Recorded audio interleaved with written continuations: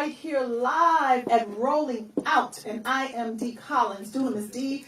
And you are looking at us and listening to us because when Dee speaks, guess what? You think. And there's a lot of things that I guarantee you today that you're going to think about, because one of the things that we do here, not only at Rolling Out, but particularly for Dunamis Woman, that is who I am. I am a Dunamis Woman, Dunamis Woman Enterprise. You can follow me, social media me, Dunamis Woman, and you'll see everything. But we believe in our real awesome men, okay? And we need healing as women. Men need healing in order for us to have wholesome, effective relationships.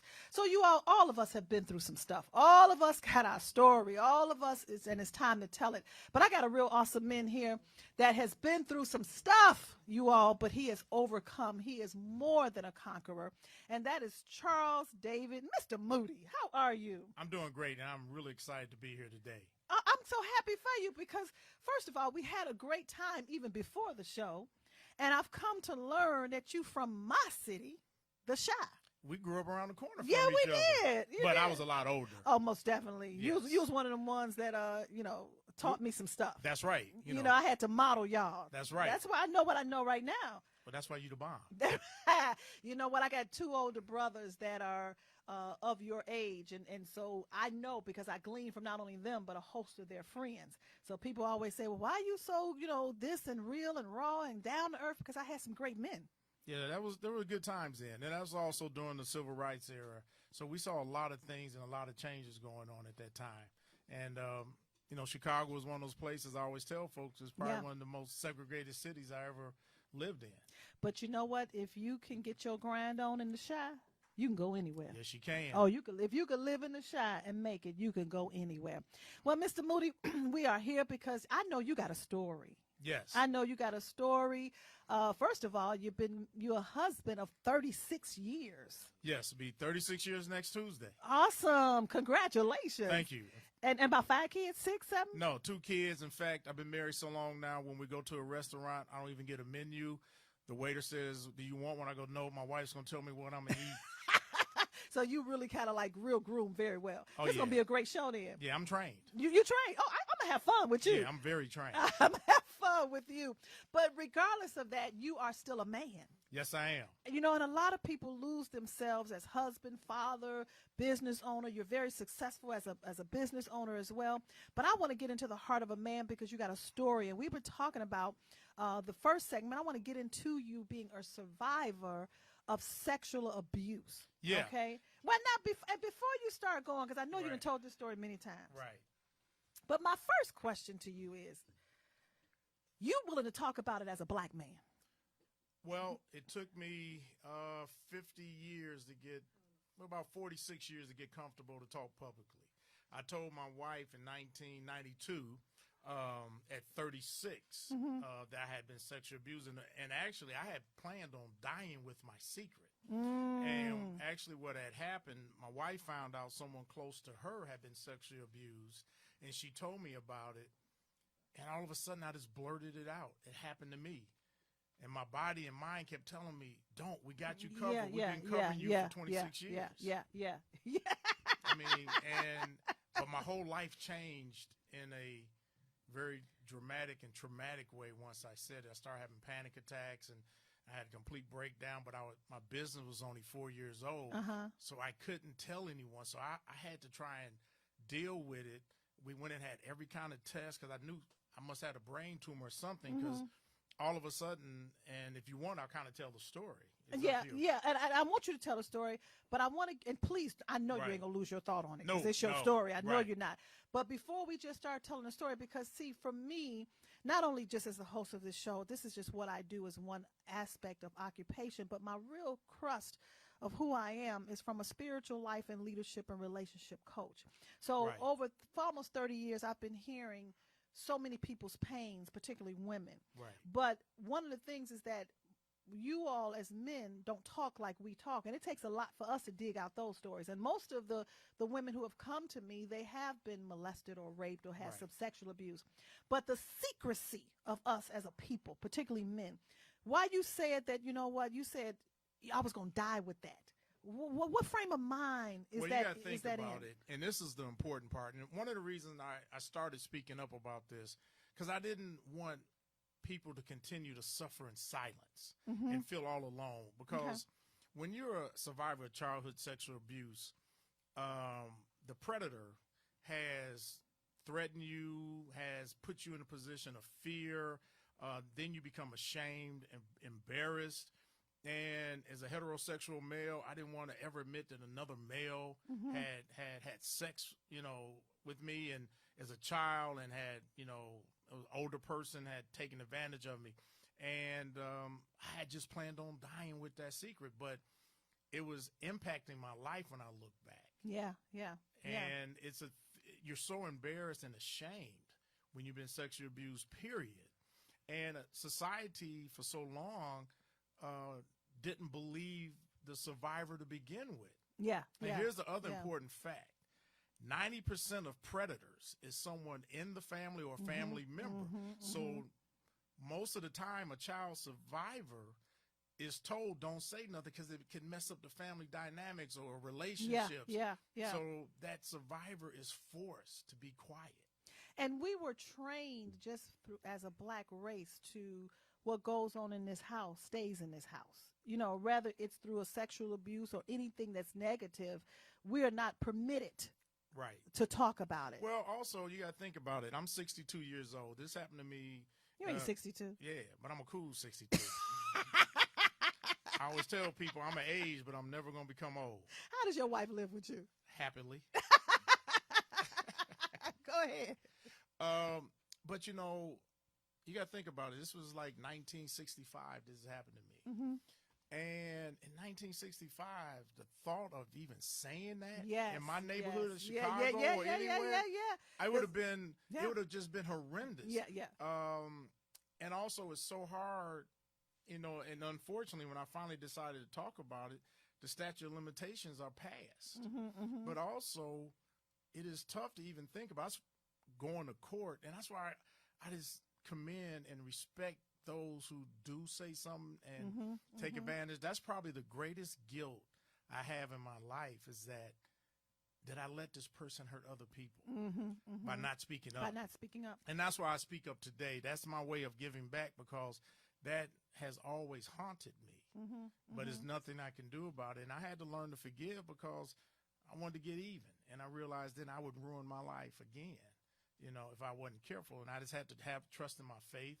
But it was my wife who actually helped me. If it hadn't been for my wife, I wouldn't be sitting here today. Say that again. Say that one more time. I'm very honest. I want you to say that one more time. If it had not been for my wife, I wouldn't be sitting here today, and I'll tell the story when you're ready. And before we get into that, I have another reason. I go a little bit deep. You know what I mean? Go deep then. I want to. He said go deep. Then go deep. Because I commend you. A lot of people still have to tell their story. But before you launch that and start telling it, tell me how it was negatively impacting you. Because we don't think that this stuff in the secrecy and the silency is impacting us. When I look back, yes, a couple things. One, I dated a lot of women. So you was promiscuous? Yeah, because I think I was trying to, in my own way, keep myself like it didn't happen. It really didn't happen. So if you're staying sexually active and dating a lot, or just you're covering up your pain. Right. I stayed busy. I went to college, played football. I was in fraternity, Q Psi Phi, Omega Psi Phi. So I stayed busy because I didn't want my mind to be still. And I had buried it, but I started looking back now. I had a couple panic attacks when I was young. One was about 16. I started kind of getting lightheaded a couple times in college, but it really didn't. I never put two and two together because I stayed so busy. I was able to push through it. But the other thing, I was fortunate enough that I was not one of the ones who took destructive lifestyles by getting into drugs or alcohol abuse, because to hide that pain. I understand that though. My thing was staying busy. And but it was affecting me because I couldn't concentrate long. It was hard for me to concentrate. So when I look back, I see all those pieces. Which is why you stay busy. Right. Because it was like it's like you was ADHD. Right. And I was, You and know? there was a time I didn't like to be alone. I didn't have to be talking to you. I didn't even want to be alone because I was afraid of I would think about it. You know, even when you bury something, there are triggers that brings it up. And then finally, and when the time comes, I'll tell the story how it all kind of came out. Well, I have one more place that I want to go because we get there. Sure. We getting there. Hey, take your time. It's your show. I know that's right. D speaks, you think. That's right. This is your show. I'm just here doing what you tell me to do. You take orders very well, don't you? Extremely well. Thank you. What's your wife's name? Carla. Carla, I love you. Thank you, Carla. So you get to a place that you're out there, fine black man, women, busy. Say that one more time. Fine black Thank man. You know what I mean? haven't heard that in a long time. Busy. And if you look good now, I can imagine what you look like at 20. Oh, macaroni Tony. You know what I'm saying? Because you fine at 62. But you out there and the women just all over you and you can get what you want. You can get the sex. You can get whatever you want because that's just how we're wired as a people. But then you come into a place that you meet this one woman and her name is Carla. Right. Her name is Carla. Now, I'm saying this because our whole crust at Dunamis Woman is that we may be healed as a woman of power. That's what Dunamis means. That we may be able to birth our real awesome men. Now, birthing our real awesome men is not, Carla, you can go up in her vagina and she actually birth you. But it's from a spiritual perspective of understanding your pain and how valuable we are to implement what we need to be in your life that you may get to this place of being free. Well, did I say that right? Yeah. But one of the things I tell people, and it's very true what you said, one of the greatest things I've learned is that when you have your life partner, that person that y'all got each other's back, because here's the thing I tell folks after going through this and doing research and speaking all over the country on this topic and meeting a lot of survivors, a lot of people's marriages broke up from this. Yes. So it takes a strong person, male and female, to really have your spouse's back when they need you. But what made Carla, out of all those women that you had encountered, it was something about her that stood out amongst all. I'll tell you the story. We met at 16, couldn't stand each other. At 19, we had our first date, but I was actually going out with a friend of hers, and I had set her up with a buddy of mine from Morehouse, and we were supposed to go out that whole weekend. We went out Friday night, and I was with her friend, and my buddy was with Carla. And I kept saying, wait a minute, I might have gave him too good a deal. So that night I kept going, I got to get rid of him. So the next morning he was staying at my parents' house, and I was in Ann Arbor, and I woke up. I said, Kenny, man, something's come up. I got to take you back to Detroit. So I took him back to Detroit, which is a 40-minute ride. I came back, and I called Carla. I said, Carla, I'm so sorry. Kenny had to go back to Detroit. I'll take you out. And that's kind of what happened. And we dated off and on for 7 years. And but here's the other thing. We liked each other. We liked being with each other, even if we weren't dating. But what was it about her that you spoke up about the sexual abuse? Because I know that you just wouldn't have trusted anybody with that information. No, you got to remember, we had been married, let's see, got married 82, 8, we had been married 10 years before I told her. I know. Yeah, so what happened? Well, I don't know, but I can imagine. What happened, and it's very interesting, this is what's important. Again, I had planned on dying with it. And now that I've done research and counseling, I understand triggers. My wife and I found out someone close to her had been sexually abused. And for some reason, I just blurted it out to her. I just went, that happened to me. And I thought it was fine. And a couple of months go by, and I'm starting to feel like I'm not in control anymore, but I can't put two and two together. And I'm driving down the street, and this is when cell phone was 35 cents a minute. I was talking to somebody about a project. All of a sudden, I couldn't breathe. And I'm thinking I'm having a heart attack. I tried to call my wife on the phone, couldn't reach her, so I called 911. And the ambulance came. They hooked me up. They said everything's fine. And they sent me to the doctor, and I'll finish the story in just a minute. You're going to finish? because I know if you go right into that, it's going to be longer than 1 on minute. Well, you know what? We're going to come back. We got a break that we're going to take. I like you. You know how to see. You're a businessman too. Right. You know how to maneuver. You know how to navigate. You know how to look out of 2 eyes. That's right. And you got to remember, I came along before Google, so we had to think. You had to. That's the point. You had to think. You ain't technology all driven, are you? No. You still got your mind. Technology, but you still had to think. You still have to think. Well, this is D. Dunamis D. D Speaks You Think. And we're going to be right back with Charles David Moody, who got a story, who's going to tell. I have dug down deep into him, but I'm going to let him bring it on out when you come back. Stay tuned. We'll be right back. This week on The Kitchen. Yeah. The kitchen. Yeah. Hold up. Tune in. All right. You got Translate. I just want to answer what y'all ask me. You got Gray. Potatoes, tomatoes, lamb, ribs. All right. DJ DiBiase. All right. Yeah. Hold up. Chef Chrissy. Yeah. Hold up. Tune in. Porcelain Gold. For the Grammy, yeah, I thought you know. The kitchen got the fix and enjoy the show. Alright. Well, that's the show, man. I thank y'all for coming. Then it was served. Next time I hope you can join us.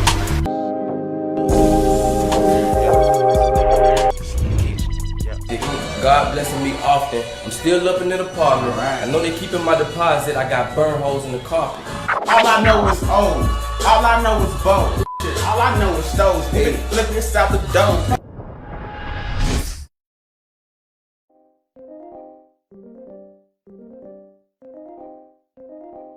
What's up, guys? This is Lipstick and Cognac.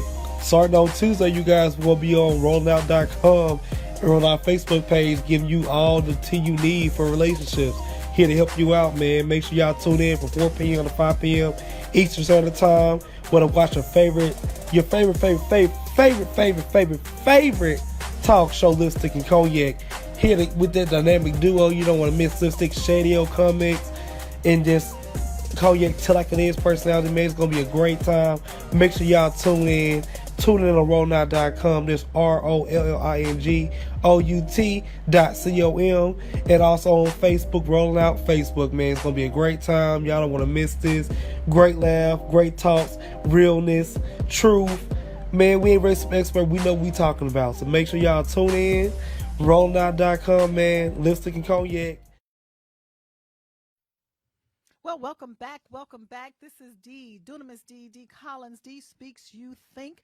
And we are here talking with a real awesome man, Charles David Moody, about his life of overcoming not only just sexual abuse, but he's also incorporating within his story a powerful woman, a dunamis woman who he has been living with for over 36 years. But she's an intricate part of not only just his life, but how he has evolved into the man that he is today. Am I correct? Yes, most definitely. Am I correct? Oh, no, you better speak up now. I always give her everything that I speak to or event.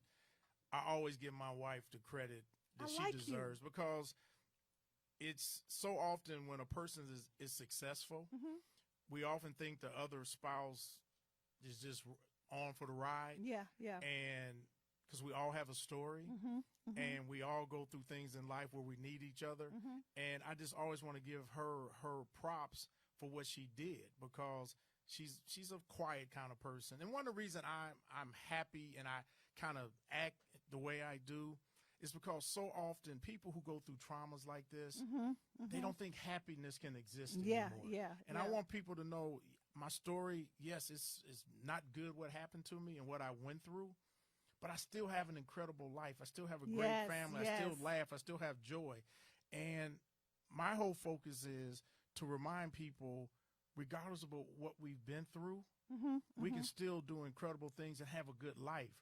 But more importantly, all of us will be knocked to our knees at one time in our life. Yes, we will. Yes, with something that's going to create our story. And the other part of that is, every one of us is so much stronger than we realize. Almost definitely. And we don't know it until we are at that point. So that's why I speak up so much about it, because I just learned so many people just suffer in silence. They do. And so anyway, they suffer in silence and they sin in secret. Yep. You know what I mean? Because that it goes back to the suffering in silence, which leads to that. And it's that silent killer. It's that it could be, and we don't want that. And it's also creates, as you said, it creates a lot of health issues. Yes, it does.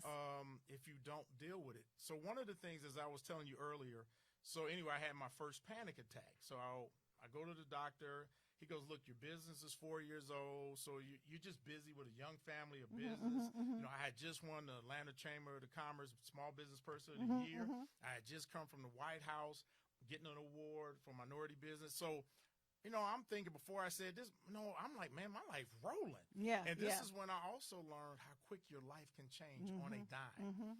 So anyway, I had that first panic attack, and a month goes by, and I go out of town for an event down in St. Simon's, and I go to the dinner, and we're at a dinner. My wife wasn't with me. It's a business event, and all of a sudden, I can't breathe again. A good friend of mine is Ken Matlock. He happened to be at this event, Morehouse brother. He took me to the emergency room, and they test me, Still said, can't sir, find him. nothing. But this time, I get back to the hotel room. I'm starting to have uncontrollable muscle tremors. I'm starting to just cry uncontrollably. I'm actually having a nervous breakdown. And now I'm falling apart. So I realized it was a 3-day event. I knew there was no way I could stay. So the next morning I get up and I drive back. It was the longest 5 hours of my life because I kept having them driving because now I'm just really messed up.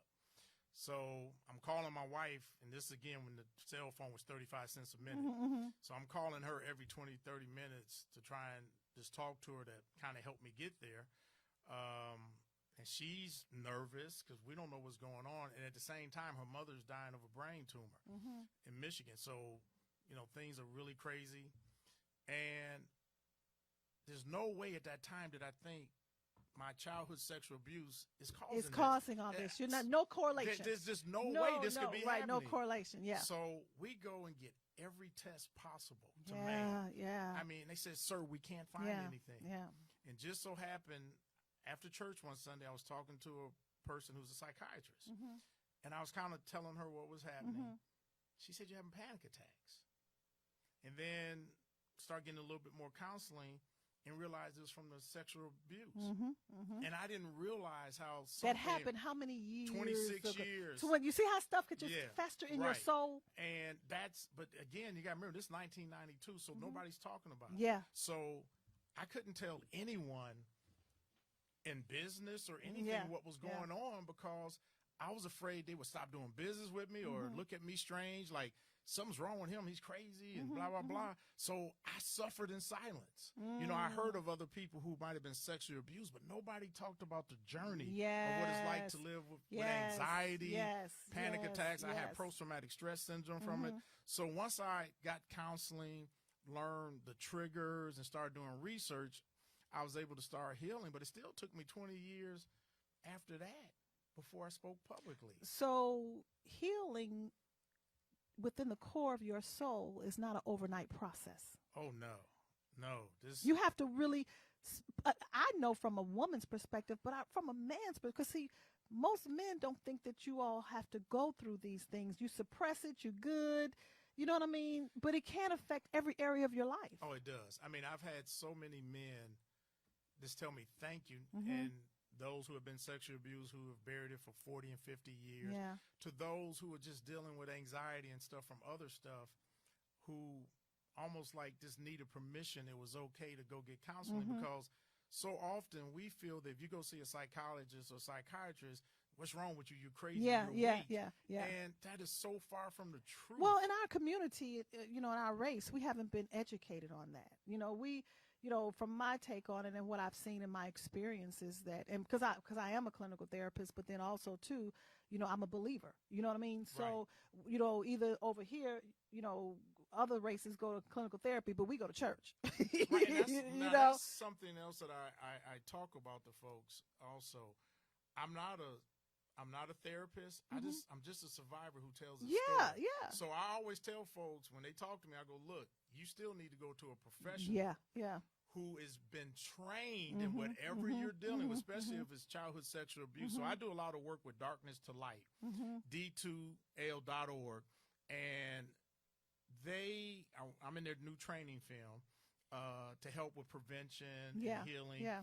And I'm also in the training film for Boy Scouts. I'm on the national board for Boy Scouts, just to help people deal with this, because it's not the person in the trench coat you got to worry about. No, right. See, right, that's right, the other false right, thing. Right, And the other right. thing is, you don't see it. I mean, my parents are great parents. They love me. Yes, yes. They didn't realize they were putting me in that situation, because that person doesn't. See, here's the difference. A predator is good at what they do. We see this in the church, Catholic Yeah, most church, definitely, and most all definitely. these We see it things. right. And if you don't know the signs and pay attention, but also times have changed where we're making our kids more comfortable to tell us. Because the first thing you must do if someone tells you that is to believe them. And most of them think it's their fault. I would say all of us do. I mean, that's right. one of the reasons And, I was yeah, quiet. and it's not your fault. Yeah, and that was probably the biggest challenge I had to deal with, was accepting it was not my fault. I was a kid. I wasn't strong enough to fight them off. Right. And it wasn't a force thing. And when I say force, it wasn't like violent. They are predators. And then the threats, then the fear, then after it's happened, you're just messed up. And I'm just one of those fortunate ones that it happened twice, and my mother had an inkling something was up, never saw him again, fortunately. And then we moved from Chicago in 1970 to Ann Arbor, Michigan, in ninth grade.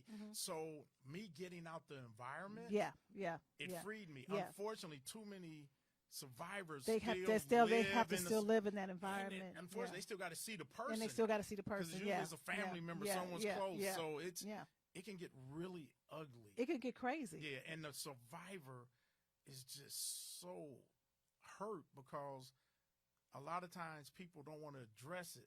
And it's hard I commend not only you, but your parents, because even in my experiences, it's hard for a lot of parents to even want to hear that have happened, and they brush it off. And they don't want to deal with it, because it's hard from a parental perspective to deal and say, this has happened to my child. Yeah, and the biggest thing I had to tell my parents is not their fault. And that's the thing, parents, I've had tons of parents call me. And just for advice, I wrote a book called Fighting Through the Fear, My Journey of Healing Through Childhood Sexual Abuse. And then I have a website called moodyspeaks.com.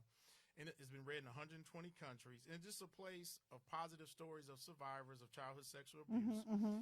And a place to get resources if you need help. Because not everybody is ever going to speak out, and that's fine. But be all you can be. Yes. Get the healing, but you don't have to speak out. I made a decision that God put me in this position for you to be able to help do this. Because it took me 46 years to get to this point. Right. Because I don't care now. I don't care if somebody has an issue with it. And I wasn't comfortable enough in the past. But the other thing is, I really try to show people you can still have an incredible life, do incredible things. My biggest concern is there's someone who's a survivor who hasn't gotten counseling, and they're going to do something so incredible, but it's never going to happen because they never freed themselves. Come on now. They never had anybody talk about it that let them know they're okay and they're not alone. I think that's the biggest thing when you're going through certain things. So often you feel alone. But anyway, I want to go back. So when I got back home, it was my wife who just embraced me. She held me, and she said, "We on this together." Come on now. And then I never forget when I was at my lowest point, because I'm like, am I going to even recover? I mean, that's how messed up it was. And I remember looking in the mirror, and I said, God, I don't know what's going on, but whatever it is, I'm not going to lose my faith. And my wife didn't quit. She didn't get scared. She didn't run. I mean, she had to put me together so I could go to meetings. And, I mean, if anybody out there has dealt with anxiety and panic attacks and don't understand it, they know what I'm talking about. And can you just, I want to take a minute just for you to imagine, and maybe you have before, but all that she contributed to stand with you and walk with you through that journey. What do you think your life would be like if Carla was not that kind of woman? or was not there, period, or you was just still? I'm scared to even think about it.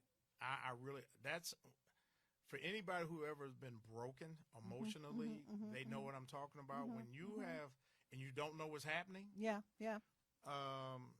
If it hadn't have been for my wife and my faith, and fortunately I am blessed with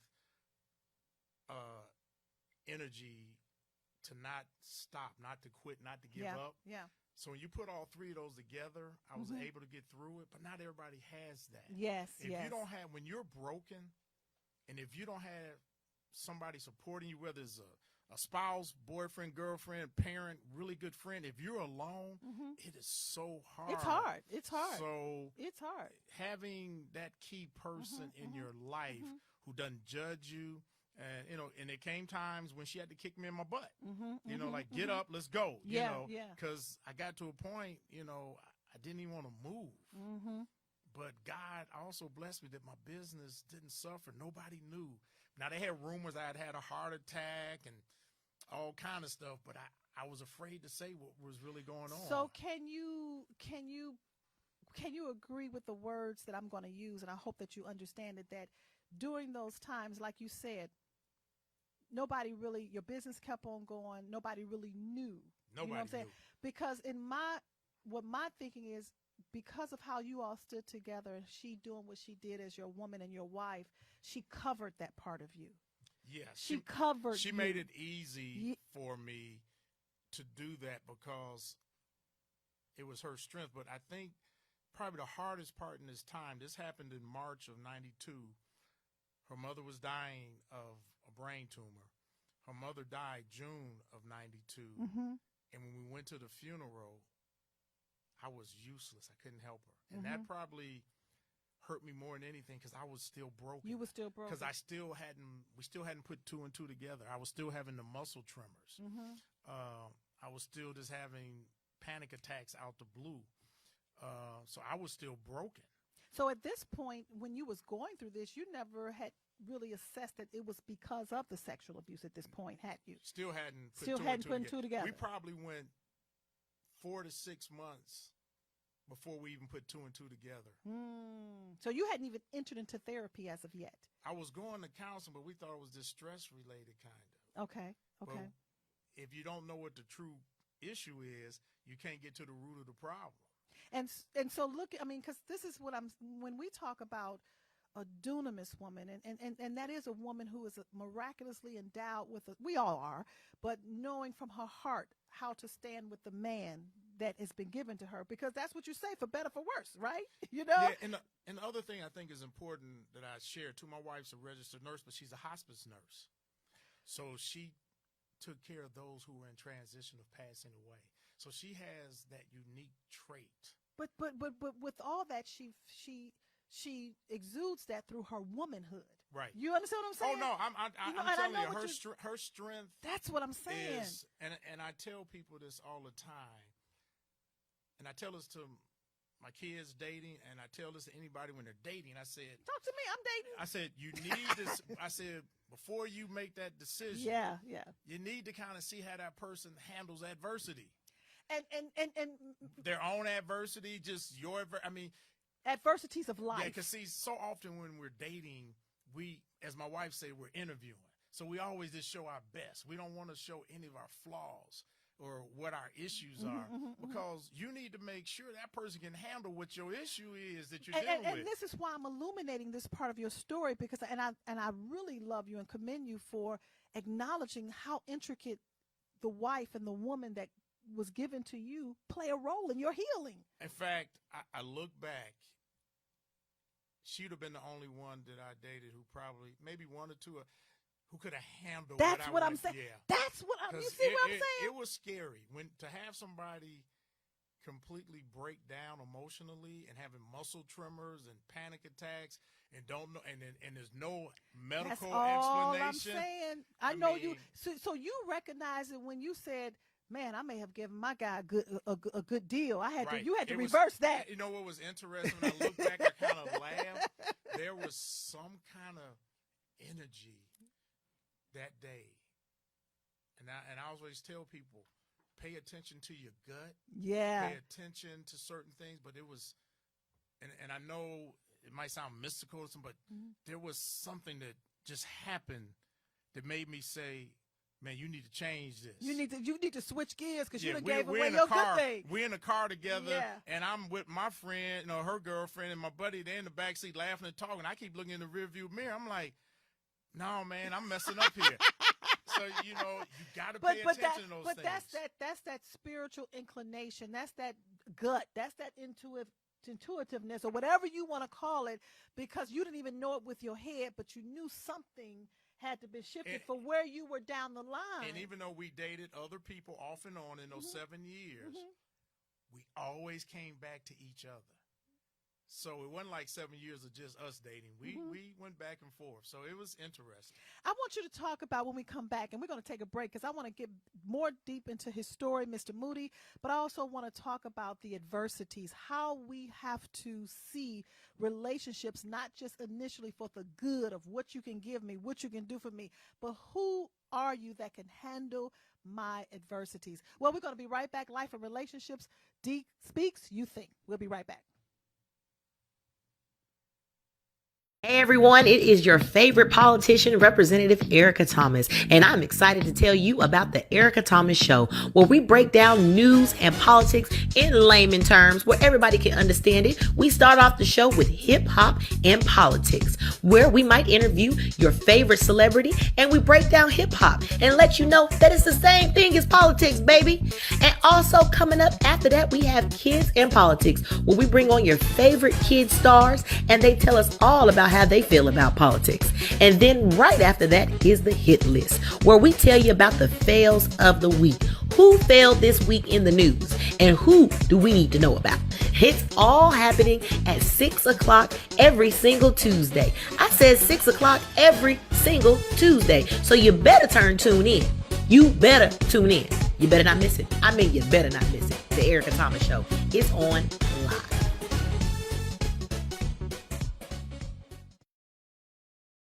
$30 million people have been diagnosed with diabetes and 75 million with high blood pressure. Let's talk about the importance of cleaning the blood. 50 years of scientific research have shown that garlic, when taken in the right amount, can help to lower blood pressure, sugar level, and cholesterol, all while providing energy. How? Through cleansing, regulating, and replenishing the blood. Garlic alone is powerful, but for over 41 years, we've discovered that by combining garlic, aloe, and parsley together, we help the body to clean the blood even better. You can clean excess sugar, cholesterol, and waste from the blood and promote better circulation. So don't delay. Do it today. Get your bottle of GAP pills. Normally sells for $49.95, but if you use the promo word HEALTH, you get $10 off. Visit us at aloeheals.com or call us at 404-996-6942.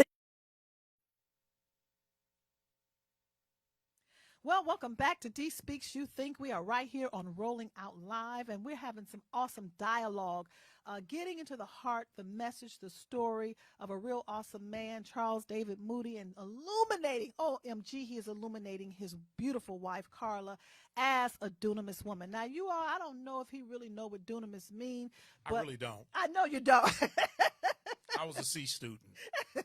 but that miraculous force and a strength that has been endowed with every woman, but that woman who understands that is not just for her own selfish gain, it's not for herself, it's for her man. Because just think about it, Moody, you wouldn't have became a father without her being able to birth the seed that you planted inside of her, that made you a father. You see what I'm saying? You didn't go through that. You didn't go through that process. No, but I was in the delivery room. Yeah, but you didn't go through that process of her incubating into contractions and feeling, and that is from a natural analogy of how God has wired us spiritually.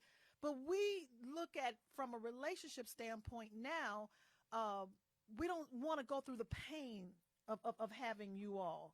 You understand what I'm saying? The other thing that's important to me, and again, and I think is important when I say this, things I say now, I say as a 62-year-old man.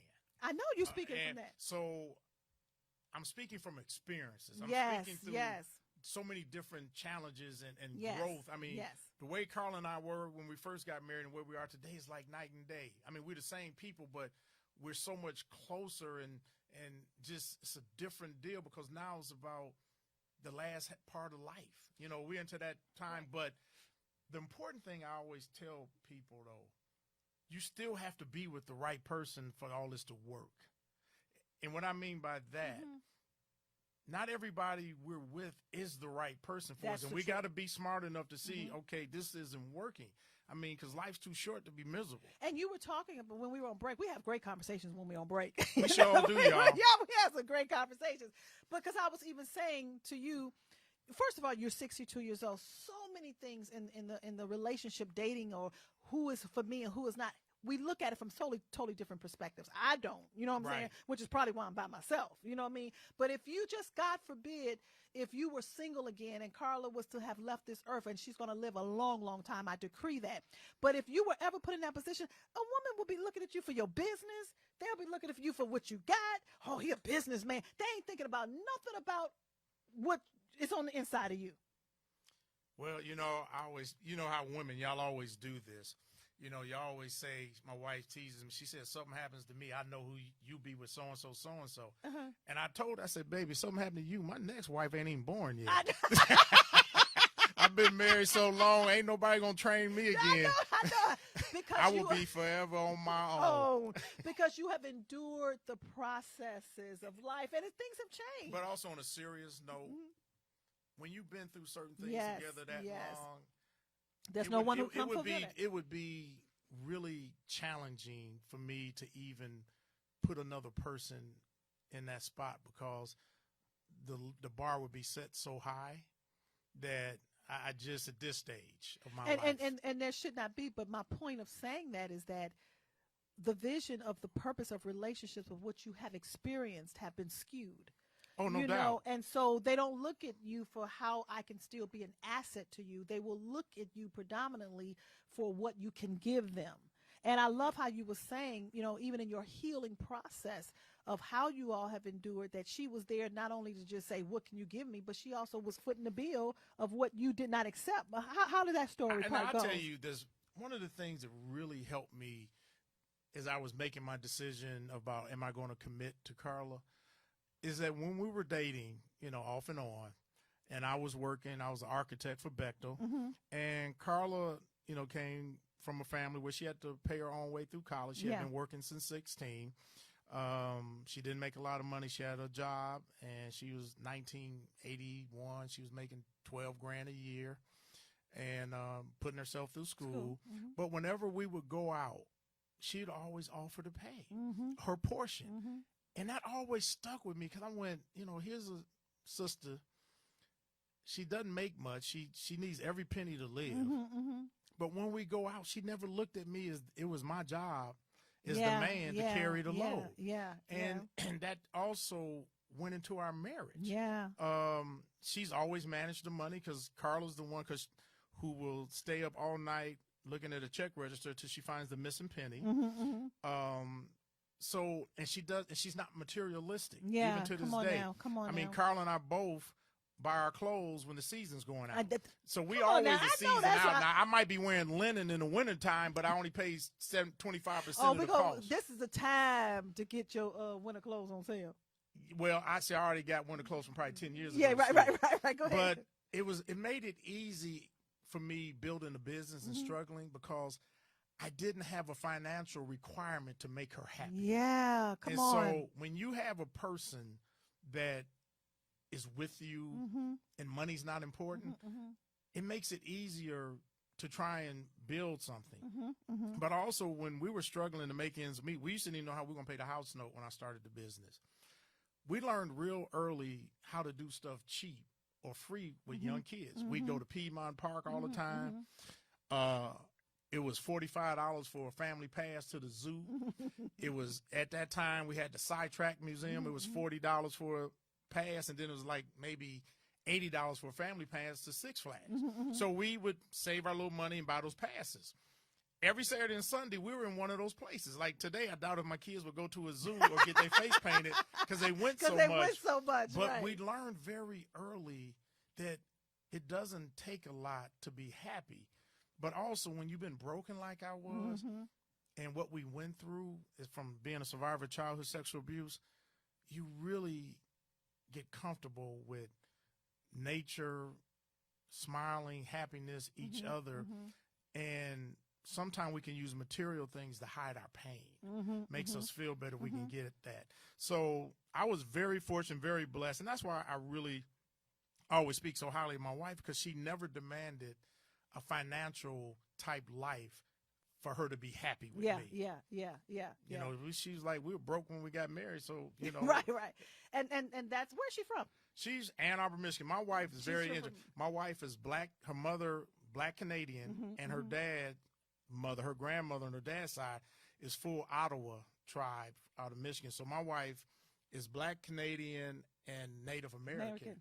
And in fact, I tease her sometimes because she actually has a card from the government where she's, you know, part of the Ottawa tribe. So when we went home to Michigan, once I took her up north to northern Michigan and actually took her to where the Ottawa tribe reservation is. In fact, she had, she had two aunts who went to high school on the reservation in Michigan and then went to Howard University in the 40s and graduated. So she has her own unique history. Well, I'm very excited. I'm so happy for you because you're truly a blessed man. Oh, you I know a that. blessed man. But you know what? It's a lot of good men and women out there. It is. And the biggest thing I tell people, you got to find somebody you like. It's okay to love them, but you got to like them. See, I like being with my wife. I would run with her if we weren't married. But we also did a lot of fun stuff. Like we go canoeing, we go hiking. We do stuff where it's not about spending money. Like we don't celebrate Valentine's Day, never have. We don't, even though our anniversary is next week, we don't do nothing special. Right. because you're enjoying life all the time. Well, we made an agreement when we first got together. We said, look, if we're doing what we're supposed to do, we don't have to do a special day every year or 2 times a year. Only thing we celebrate is Christmas and birthdays. Because the other thing is, all the stress people put on themselves for Valentine's Day and like I gotta go get this, I gotta go do. We don't take ourselves through all that. We just sit on Valentine's Day laughing. Right. As ever, because you got the love already. We go get us a slab of ribs for those of y'all who eat pork, and we just eat us some ribs with paper and just have us a good time. Well, Mr. Moody, you are vibrant at this young, tender age. Got so much ahead of you. You speak all the time, all across the globe, I believe, about surviving sexual abuse. The stats are steadily on the rise. Am I correct? It's well, we read about it every day. And the other thing, if you notice, usually when a predator is finally caught, the number is astounding how many kids they have already. Because most of the time, when somebody does say something, they just sweep it under the rug. Can you give us, before I go into what's next for Charles David Moody, can you give us as parents and people out there who are listening just some of the things that they need to be aware of when it comes to their children, the loved ones that surround them, not to be in fear, but just to beware? I think one of the biggest things I would do, as I said earlier, go to Darkness to Light, D2L.org, and they have training films that you can do online and stuff. And just understand what to look for. One of the things I didn't do was make my kids have, lock them up because of what happened to me. I paid attention, but I let them have regular lives, but I stayed aware. But I also talked to them very early about what happened to me and let them know it's okay to talk to us. And I think the biggest thing we can do for our children or anybody who handles children or deals with children or takes care of children, make them feel safe and secure with you to tell you anything. And believe them. If a kid comes to you and say, I've been sexually abused by so-and-so, the first thing you got to do is say, I believe you. You do your homework and make sure. But if you say, ain't no way, I don't believe you, that kid's going to stop right there. They're going to shut down, and that's the end of it. And that's what happens so many times to children.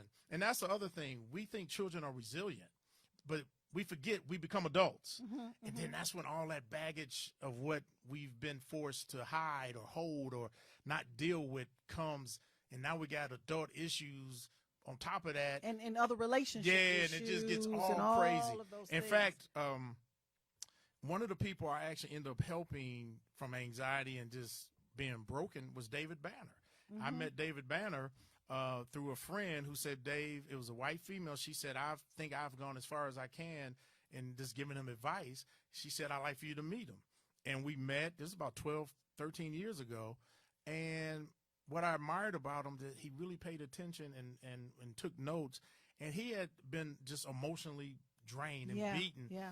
And we've been close ever since. And that's when I realized everybody of different walks. So nobody would put us together. A rapper, you know, a hardcore at a construction. Rapper. Yeah. But I didn't see him as a rapper. I saw him as a person in need of someone who would just share their story. And that's why I share my story, because there are so many people who just don't have anybody to talk to or just even hear a success story of healing. Yes. See, my success, my business is one thing. Yeah, I've done okay.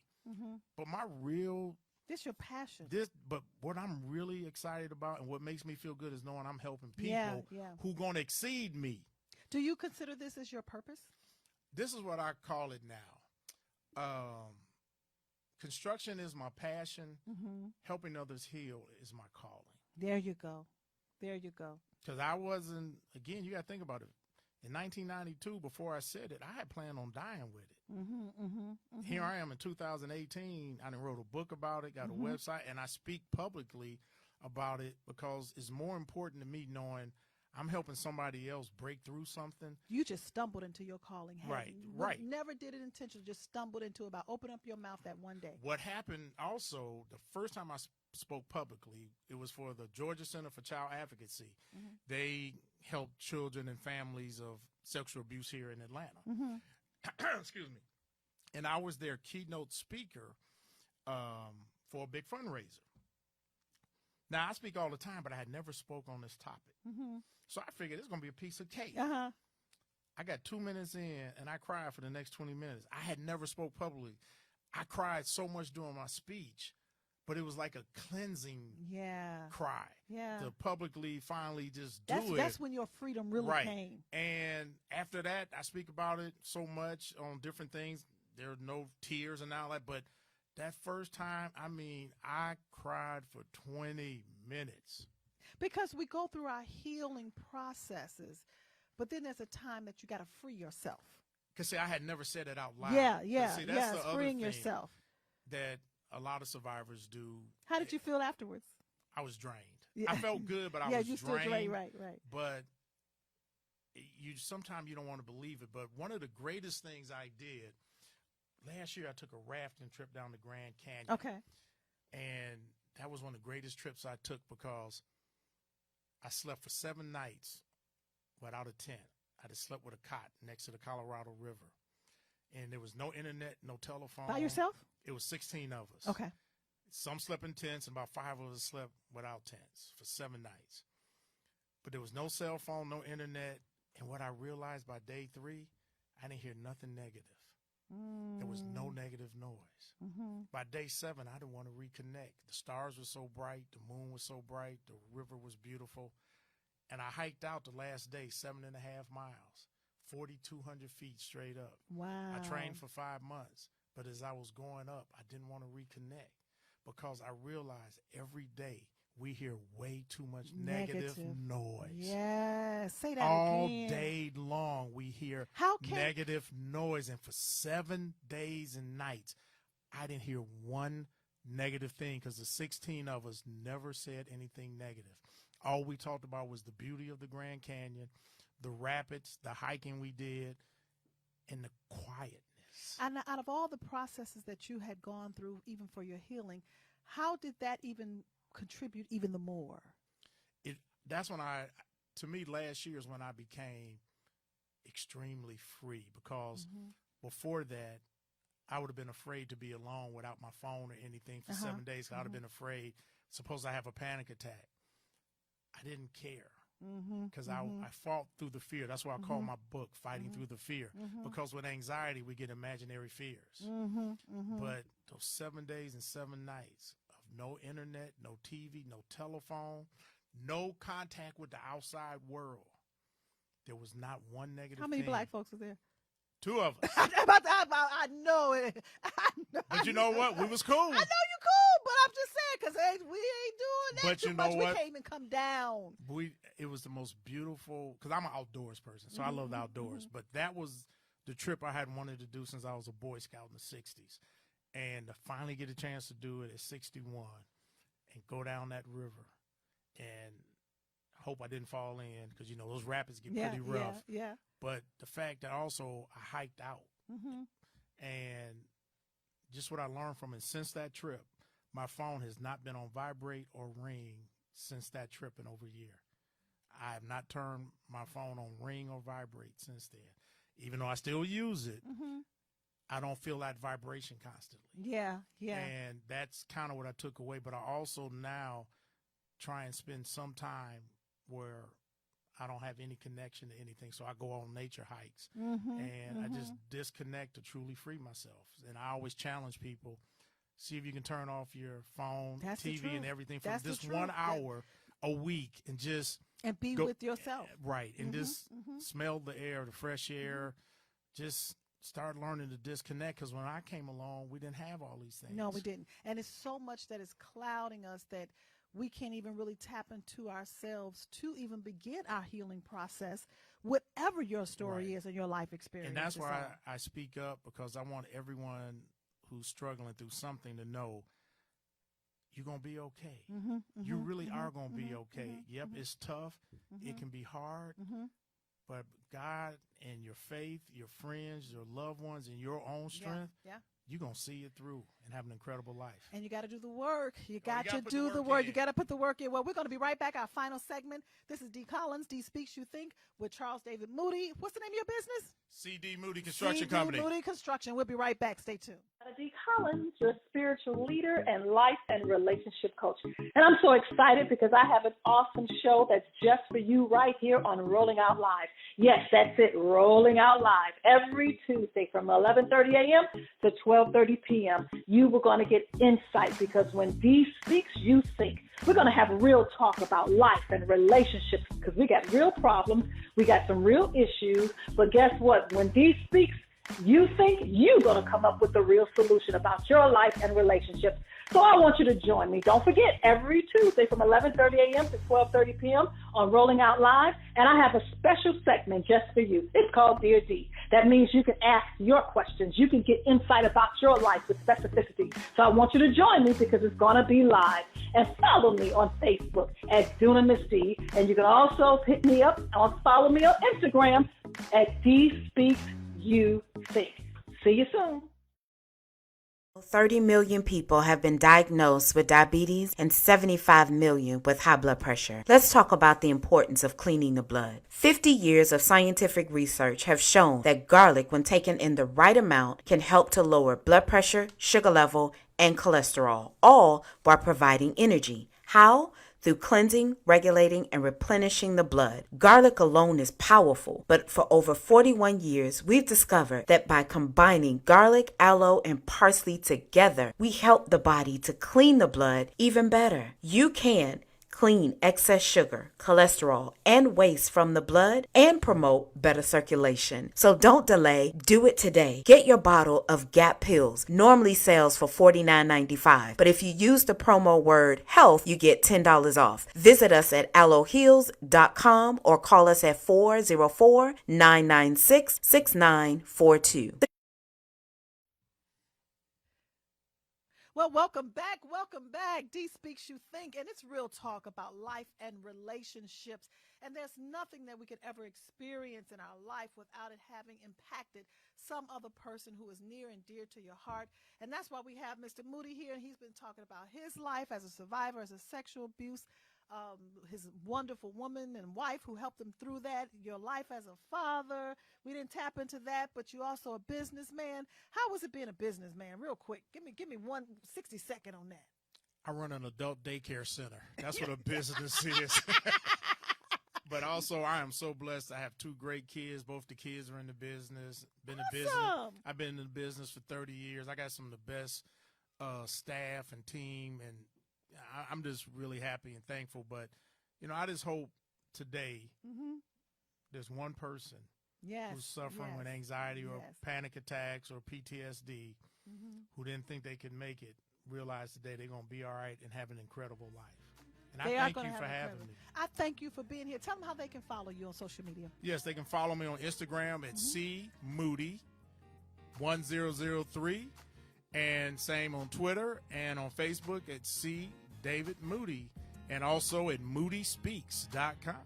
Well, and that's it for today. And I am D Speaks, D Collins, and you can also follow us at Dunamis, DUNAMIS, woman, on all social media, Instagram, D Speaks, You Think, YOU Think, and it's so excited to be with you. If you have any questions still, you all give me a call, 1-855-B-Dunamis. That's 1-855-B-Dunamis. I'm your spiritual life relationship coach, and we'll be with you on next week. Thanks again, Mr. Moody. Thank you for having me. All right.